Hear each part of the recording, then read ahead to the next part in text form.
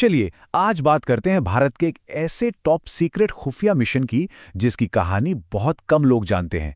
Operation hornet. ये कहानी है जासूसी की, जबरदस्त रणनीति की और एक ऐसे साहसी एक्शन की जो वाकई हैरान कर देने वाली है। तो चलिए कहानी की शुरुआत करते हैं सीधे एक्शन के बीच से। साल था 1987, जून का महीना और जगह लाहौर, पाकिस्तान। सुबह की नमाज के बाद एक शख्स मस्जिद से निकलकर अपने घर की तरफ जा रहा था। उसे इस बात का जरा भी अंदाजा नहीं था कि उसकी हर एक हरकत पर पैनी नजर रखी जा रही है। वो अभी मुश्किल से कुछ कदम ही आगे बढ़ा होगा कि तभी पाकिस्तानी रेंजर्स की वर्दी पहने दो लोगों ने उसका रास्ता रोक लिया। उनमें से एक ने पूछा कि आप ही लंदन से आए अब्दुल खान हैं? जैसे ही उस आदमी ने सिर हिलाकर हाँ में जवाब दिया, बस माहौल एक पल में बदल गया। पलक झपकते ही दोनों ने अपनी अपनी पिस्तौलें निकाली और उस पर गोलियों की बौछार कर दी। कुछ ही सेकंड्स के अंदर वो शख्स जमीन पर बेजान पड़ा था। यह हमला इतना तेज और इतना सटीक था कि किसी को संभलने का मौका तक नहीं मिला। तो सवाल यह है कि आखिर ये आदमी था कौन? और इससे भी बड़ा सवाल ये कि भारतीय एजेंट्स ने पाकिस्तान की सरजमीन के इतने अंदर घुसकर इस मिशन को अंजाम दिया तो दिया कैसे? चलिए इसी पूरी कहानी की एक एक परत को खोलते हैं। तो देखिए, जिस शख्स को अभी अभी मौत के घाट उतारा गया वो कोई मामूली इंसान नहीं था। उसका नाम था अब्दुल खान, आईएसआई का टॉप टेररिस्ट हैंडलर। और उसे मारने वाले वो थे भारत की खुफिया एजेंसी रॉ के दो जांबाज एजेंट्स। ये जो हमने देखा, ये भारत के सबसे साहसी ऑपरेशंस में से एक ऑपरेशन हॉर्नेट का आखिरी चैप्टर था। लेकिन सवाल ये है कि इस क्लाइमैक्स तक कहानी पहुंची कैसे? असल में इसकी शुरुआत हुई थी 3 साल पहले। तो चलिए जरा वक्त में पीछे चलते हैं और देखते हैं कि इस पूरे ऑपरेशन की नींव आखिर रखी कैसे गई थी। कहानी हमें ले जाती है नवंबर 1984 में, पेरिस के एक छोटे से कैफे में।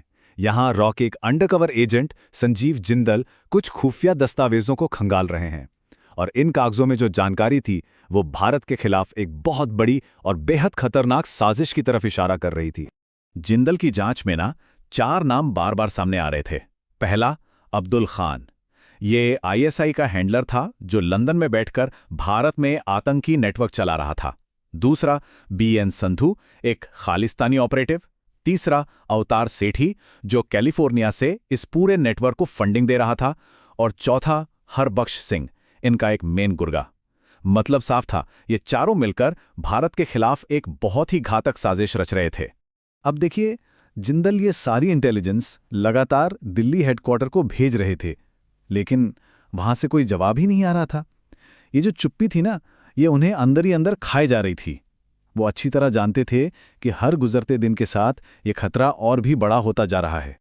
और फिर आखिरकार दिल्ली में बैठे आला अधिकारियों ने इस खतरे की गंभीरता को समझा।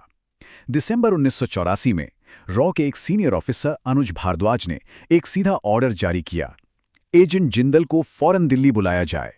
दिल्ली पहुंचकर जिंदल ने अपना पूरा प्लान सामने रखा और भारद्वाज ने उसे तुरंत मंजूरी दे दी। और यहीं से जन्म हुआ एक नए बेहद गुप्त मिशन का, जिसका नाम था ऑपरेशन हॉर्नेट। इस मिशन के 2 हिस्से थे। पहला, इंटेलिजेंस इकट्ठा करना, मतलब दुश्मन की हर चाल का पता लगाना। और दूसरा, एक्शन लेना, यानी उस दुश्मन को खत्म करना जिसकी कमान खुद संजीव जिंदल के हाथों में थी। लेकिन एक सवाल जरूर उठता है, इतने ज्यादा खतरनाक मिशन के लिए आखिर जिंदल को ही क्यों चुना गया? इसका जवाब मिलता है 2 साल और पीछे जाने पर, साल 1983 में वियना में। वियना में क्या हुआ था? वहां जिंदल ने एक पाकिस्तानी फाइनेंसर आसिफ खान को ट्रैक किया जो भारत के खिलाफ आतंकी गतिविधियों को फंड कर रहा था। अब उसे सीधे गिरफ्तार करना तो मुमकिन था नहीं। तो जिंदल ने क्या किया? उन्होंने दिल्ली से इजाजत का इंतजार नहीं किया।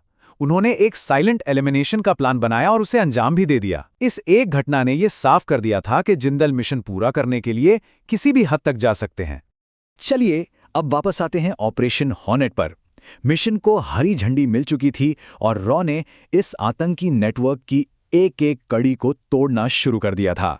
टीम का सबसे पहला टारगेट बना हरबख्श सिंह का चचेरा भाई अमरजीत सिंह। उसे तोड़ने के लिए एक क्लासिक टैक्टिक अपनाई गई। एक तरफ एजेंट मोहन ने उसे डराया धमकाया, तो दूसरी तरफ ब्रिटिश एसेट क्लार्कली ने उसे मदद का ऑफर दिया। ये गुड कॉप बैड कॉप वाली रणनीति काम कर गई और अमरजीत रॉ का मुखबिर बन गया। और बस इसके बाद तो ये पूरा नेटवर्क ताश के पत्तों की तरह ढहने लगा। जरा देखिए कैसे। अगस्त 1985 हरबख्श सिंह पाकिस्तान में एक प्लान्ड कार एक्सीडेंट में मारा गया। ये पहला बड़ा विकेट गिरा। फिर आया मार्च 1986। फाइनेंसर अवतार सेठी को कैलिफोर्निया में सबूतों के साथ दबोच लिया गया और उसे रॉ का एसिड बना लिया गया।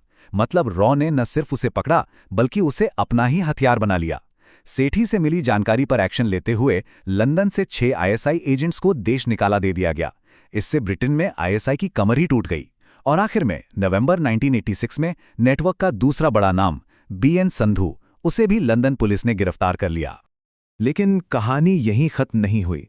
सेठी ने सिर्फ बाहरी नेटवर्क का भंडाफोड़ नहीं किया, उसने भारत के अंदर काम कर रहे 27 लोगों के नाम भी बताए। ये एक जबरदस्त और चौंकाने वाला खुलासा था।